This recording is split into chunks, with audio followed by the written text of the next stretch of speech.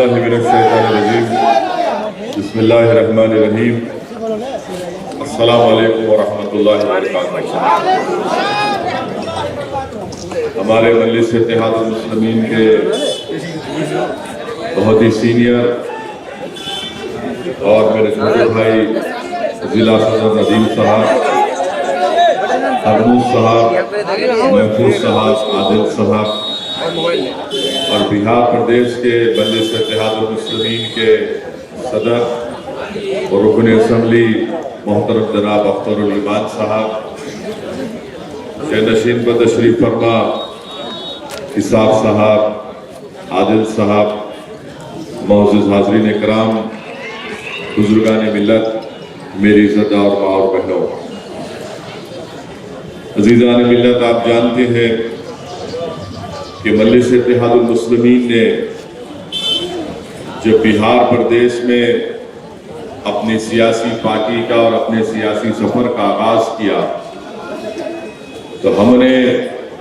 آپ کے درمیان میں کھڑے ہو کر اس بات کا وعدہ کیا تھا کہ ہم سیمانچل کے انصاف کی لڑائی لڑیں گے۔ ہم نے آپ سے وعدہ کیا تھا کہ ہم یہاں پر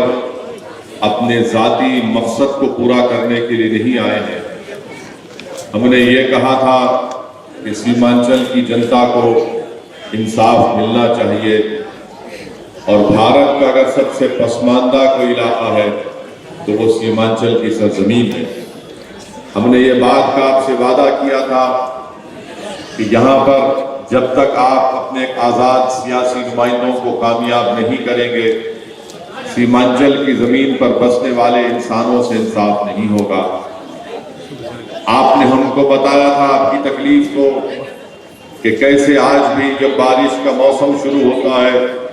تو سال میں 4 سے 5 مہینے آپ لوگ اپنے گھر سے بے گھر ہو جاتے ہیں۔ بہت سے لوگوں کا